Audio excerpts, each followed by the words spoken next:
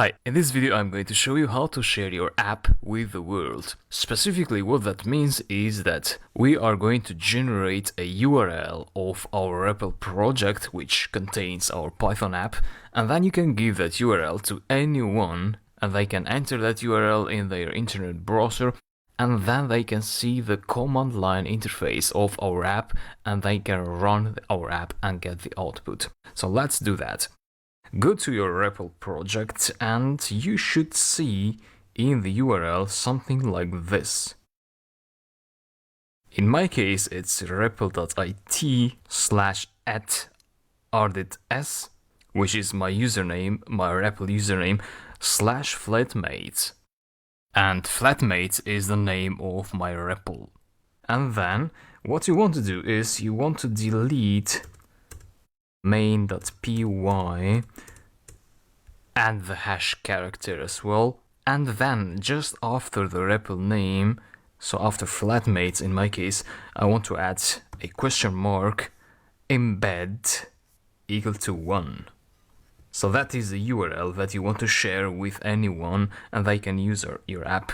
So I'm going to copy this and open it in private mode so that the URL is not affected by my logged in REPL. So new private window, a clean window, paste that URL,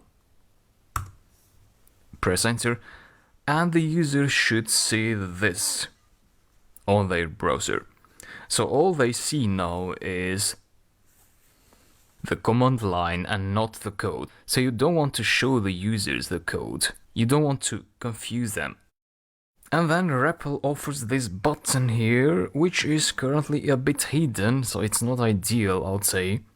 Maybe they'll improve that. But this is the button that the user can use to execute the code. So I'm going to press that. And what's going to happen is that REPL is going to install the Python packages the first time that the user executes the program. So it's installing file stack and requests and all the Python libraries that our app needs to have to be able to run. And then the user will get this prompt, so they want to enter the bill amount, the bill period, and so on, the other data as well. And as it happened in PyCharm, we also get the results in here in this command line interface and the link to the file, to the generated PDF file. And that's how you share a command line interface of your app. Of course, a command line interface is not the friendliest user interface. There are better interfaces out there, such as desktop graphical user interfaces and of course web interfaces. So web applications and also mobile applications. Actually, in the course we are going to cover all those interfaces that I just mentioned, but for now it's good to keep things simple.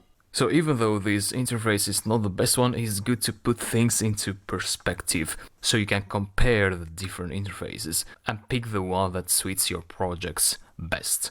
Thanks a lot for following, and I'll talk to you in the next videos with some other projects. See you.